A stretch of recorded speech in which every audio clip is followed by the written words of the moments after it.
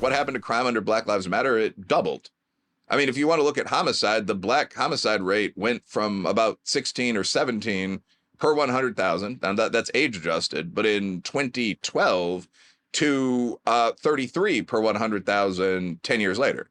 I mean, that's it. There was a massive increase in crime concentrated among African Americans. Anyone who tries to deny that is essentially just lying. When you say Black Lives Matter, what exactly are you talking about? And because there's the organization itself, there's the events after George Floyd's death in 2020, but then there's the organization. I think starts in 2015 after Ferguson. So when you say Black Lives Matter's impact on crime and police, what's the time frame and what's the mechanism there? Like, is it just the message? Is it the actual organization doing things in specific places with specific people? Like, unpack that for me. What I'm referring to, I guess, is the post-Trayvon Martin movement headed by Patrisse Cullors and the Black Lives Matter Global Network Foundation. So very often when we talk about things, like when I say, I was an activist, and people ask, what does that mean? Do you have a sign? Were you out there on the street? It's like, no, I worked at the lower management level for a group called the Human Rights Campaign, which was retained by another group that we can call the People's Project. And I made an average of $27.58 per hour as a street canvasser who most people thought was a volunteer. Like, that's what an activist is. There are massive organizations that employ these guys for good and ill. Mostly they're very well-intentioned young folks, by the way. But I mean, it's the same thing with BLM. We're talking about a very specific movement, which had a pretty specific goal, which was reducing police stop and arrest rates. So, I mean, that's where you see things like the op-ed. I don't think this was a full editorial, but yes, we mean literally defund the police, running on the back page of the New York Times. So, I mean, during this period, which I would date back, first use of the hashtag is 2013, just after Trayvon Martin was killed. By the way, in a mutually provoked fight with a Hispanic guy. I mean, none of these stories ever turned out to be true. Like, you wish both men were with us today, but this is two guys getting into a fight. One of the guys is losing the fight. He's getting his head slammed against the pavement. He's got a pistol on him. He discharges one shot, probably justifiably. Like, there was no civil rights element to that case at all. That was the beginning of all this. Then we led to Michael Brown. Michael Brown, hands up, don't shoot. Again, we now know that this guy attacked a police officer, Darren Wilson. Michael Brown's DNA was found on the slide and trigger guard of Darren Wilson's gun. The Barack Obama Justice Department refused to indict Darren Wilson. This doesn't mean that I, as a former working class kid, support any level of police abuse. It's just all these narratives were lies, and they were promoted by pretty specific organizations. And you can track down, as I and others have done. This was a feature in Spiked UK that I wrote that was pretty heavily edited that people contributed to. But I mean, you can track down who these organizations were, how much money they took in, how much money they gave out. And the end goal was we need to reduce or remove policing in the USA. So during that period, I mean, if you have an organization that says we need to stop American policing, and during that period, police stops drop 31% and the murder rate surges, I mean, the connection there is not especially difficult to draw. And I mean, it's a problematic one. But one last thing about BLM, by the way, that I don't think most black guys or like basketball playing white allies from the big cities or whatever understand, college kids, is that BLM was not a movement focused on helping the hood if you follow the money. In fact, neighborhood activists like Hawk Newsom, who's a cool guy, have criticized Black Lives Matter very extensively for this. And in the Spiked piece, we were able to pull up where they had sent money. And it was almost entirely like far left gay rights, anti-parenting organizations. Like just wild business, like the Transgender Travel Fund got 6 to 7 figures. And I guarantee you this is true. If you look up Wilfred Reilly BLM funding, you'll find not only I, but the people I'm citing. You'll find tax documents. One of them was For the Gworls, GWORLS, which is, again, a trans and sex worker performance project, if I recall correctly. Just on and on and on. Like, none of them, it wasn't like the Abyssinian Baptist Church of Harlem. I'll tell you that. Like, it was a very specific listing of organizations. So yeah, the impact of that, I believe, was a negative impact. So one of the reasons why I wanted to talk to you about this stuff, and like you've got your book Hate Crime Hoax over your shoulder, which this feeds into, right? These events that get blown up in the media and a narrative forms around them, and they have a big impact on how we talk about our identities. And so the kind of meta reason why I wanted to talk to you and dig into this stuff and learn more from you about what you've studied here is that as a parent, it's very hard to navigate a world filled with narratives that when you poke on them break, especially when they have such a huge impact on your identity. And I guess, how do you think about that? How do you think about what's happening with these stories and why they're happening the way they are? Because what you've just described sounds pretty nefarious. So, like, say, creating an organization that claims to be for a thing has impacts that are pretty obviously negative to the people it claims to care about. Like the exact opposite thing. Like if you say Black Lives Matter and the result of what you do is more Black men and women die, that seems bad.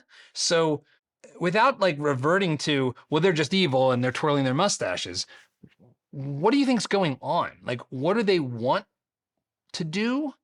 You know, what's happening? I think, well, there are a lot of great questions you asked there. I would distinguish like 2 or 3 things. So first, what should parents do? You should teach your kid tact so he doesn't get into fistfights all the time, or she, but also just what the truth is. Like, if you are white, if you're of Caucasian descent, you should not feel guilty about slavery because slavery was a universal practice. That's not even debated. That's just something that as a political scientist or a historian, everyone knows. The word slave comes from Slav. This isn't excusing white slavery, which actually in the USA was a fairly harsh version of the practice. It's just, I don't think if you're a Slavic fighting man, you get your penis cut off. That's a soft version of the practice either. Slavery was just one of those things humans did to each other. If you lost the war, you were getting on that boat. This was the case for whites, blacks, whoever. It's good we're past that, but that's absolutely something you should teach your kids. So what I would do is find an educational system that suits your family's needs. That could be homeschooling. That could, I mean, in most cities, that's just a Catholic school, by the way. I mean, Chicago is a full-on network of Catholic schools. I mean, that's all you need to do. Sister Rosemary is not consumed with guilt about the failures of the West. But that could be a prep school. It could be a good public. It could be whatever.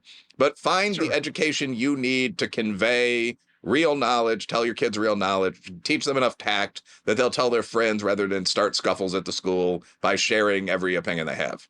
That's it for that one. But why do people have these opinions that are so far removed from reality? I think if I really had to think about this, because they followed a negative premise to its logical conclusion, or they followed an incorrect premise to its logical conclusion. So, this actually, there are 2 possible explanations. One is that some people are legitimately just hucksters. And I think that absolutely is true for some people.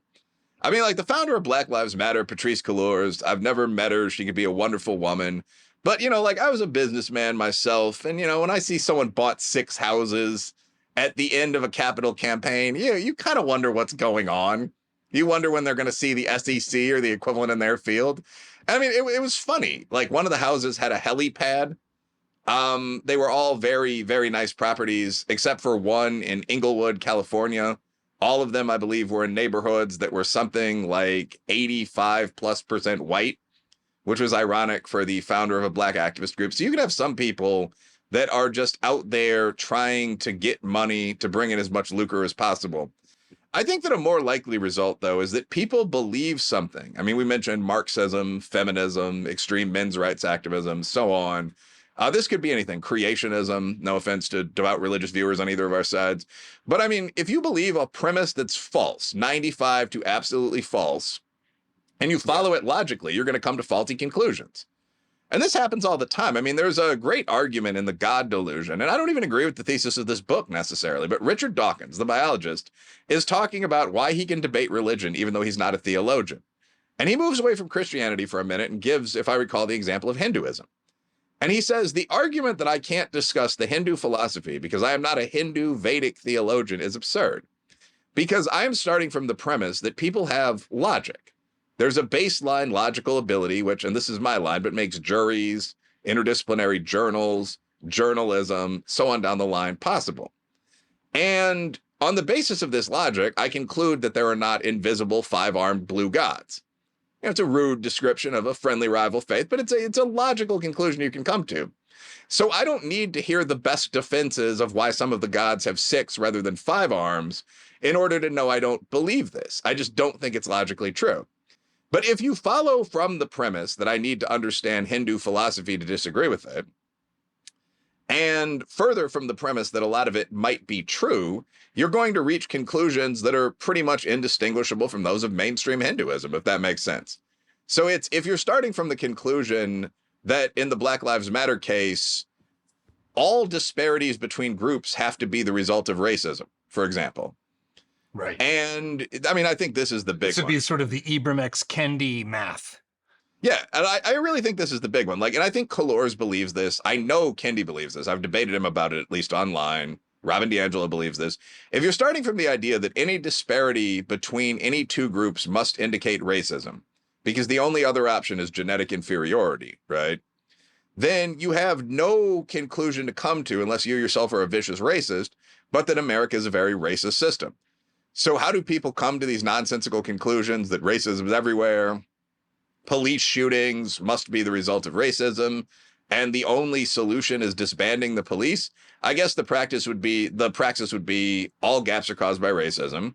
There's a gap when it comes to police shootings, and even though this will damage society, we can't allow a murderous racist gap like this one.